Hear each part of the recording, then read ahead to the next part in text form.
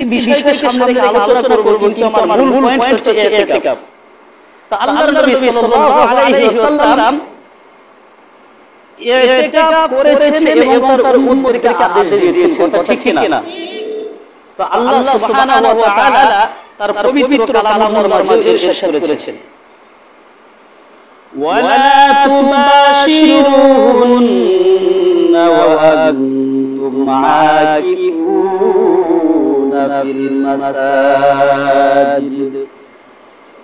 আল্লাহ রাব্বুল আলামিন বলেন, যখন তোমরা পবিত্র মাহে রমজানে যখন মসজিদের ভিতরে তোমরা ইতিকাফ করবে, ওয়ালা তুবাশিরুহুন্না, তোমরা তোমাদের স্ত্রী সহবাস করিও না, ওয়া আনতুম আকিফুনা ফিল মাসাজিদ, তোমরা মসজিদের ভিতরে যখন ইতিকাফ করবে তোমার স্ত্রীদের সাথে তুমি সর্বপ্রকারের সহবাস করা থেকে এবং সর্বপ্রকারের বহির্ভূত কাজ থেকে তোমাকে বিরত থাকতে হবে।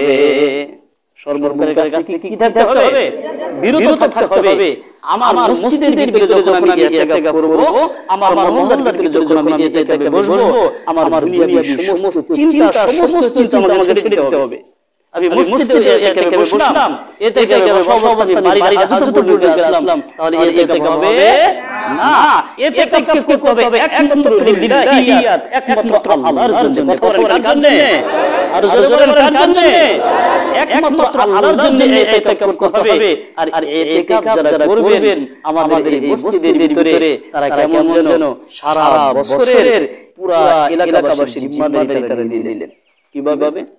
কোন ব্যক্তি যদি মসজিদের ভিতরে ইতিকাফ করে, পুরা গ্রামের জিম্মাদারি তার উপর চলে আসে। কোন জিম্মাদারি? পুরা এলাকাবাসী যত ইসলাম প্রেমিক যত মুসলমান আছে, সমস্ত মুসলমানদেরকে জাহান্নাম থেকে বাঁচানোর জিম্মাদারি ইতিকাফকারীদের উপর। সুবহানাল্লাহ।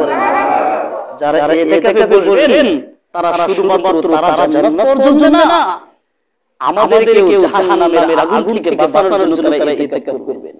আল্লাহু আকবার বলে সবাই। ইতিকাফ যদি কোনো ব্যক্তি করতে পারে, হাদিসে কালামের মাঝে আছে, কোন ব্যক্তি যদি একদিন ইতিকাফ করে, কথা বলেন কয়দিন? একদিন যদি কোনো ব্যক্তি ইতিকাফ করে, আমার নবী বলেন একদিনের ইতিকাফে জাহান্নাম তার থেকে 80 গুণ দূরে চলে যাবে। সুবহানাল্লাহ। 80 গুণ জাহান্নাম দূরে চলে যাবে। 80 গুণ কত পরিমাণ জানেন? 80 হুকবা হচ্ছে 1 হুকবা 500 বছরের রাস্তা। 1 হুকবা কত বছরের রাস্তা? জোরে বলেন, কত বছরের রাস্তা? 500 বছরের রাস্তা। একদিনের ইতিকাফ 80 বছরের 80 হুকবা জাহান্নাম থেকে দূরে সরে যাবে। 1 হুকবা হচ্ছে 500 বছর। আচ্ছা বলুন তো, কোন ব্যক্তি যদি ইতিকাফ করতে পারে, এমন অবস্থায় যদি তার মৃত্যু হয়, তাহলে ওই ব্যক্তি জান্নাতে যাবে না জাহান্নামে যাবে? কথা বলেন, জান্নাতে চলে যাবে। কারণ হাদিসে কালামের মাঝে আসছে, মান কামা লাইলাতুল কদরি ঈমানান ওয়া ইহতিসাবান গুফিরা লাহু মা তাকদ্দামা মিন যামবিক।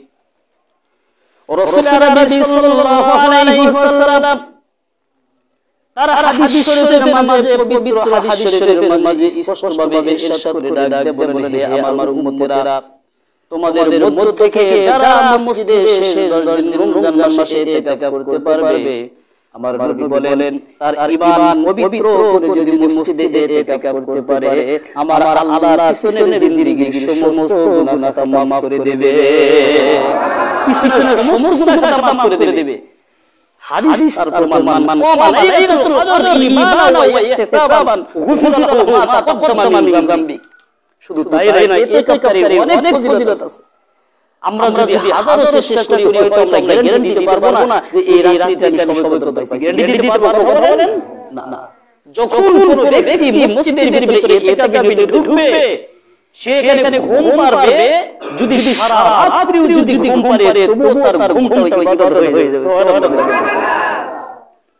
নাওয়াইতু সুন্নাতাল ইতিকাফ মা দুমতু ফি হাযাল মসজিদ। এই নিয়ত করে যখন মসজিদে ইতিকাফে ঢুকবে, তার ঢোকার সঙ্গে সঙ্গে তার সওয়াব শুরু হয়ে যাবে। আর এলাকার সমস্ত মানুষের জন্য সে মাগফিরাত করতে থাকবে। আল্লাহ সুবহানাহু ওয়া তাআলা ইতিকাফকারীর উসিলায় এই এলাকার সমস্ত ব্যক্তিদের আল্লাহ তাআলা জাহান্নামের আগুন থেকে বাঁচিয়ে দিবেন। সুবহানাল্লাহ। তো আমাদের যারা এই ইতিকাফে বসবে, আমাদের কিছু করণীয় আছে। কিছু করণীয় আমাদের আছে। কি করণীয়? যারা এই থেকে বুঝবে আমরা তাদের খেদমত করার চেষ্টা করব। পারবো না ইনশাআল্লাহ? ইকরামুল মুসলিমিন আমি করব। 2-4-5 জন এই থেকে বসেছে, আমি তার জন্য এক জগ পানি এনে দেব।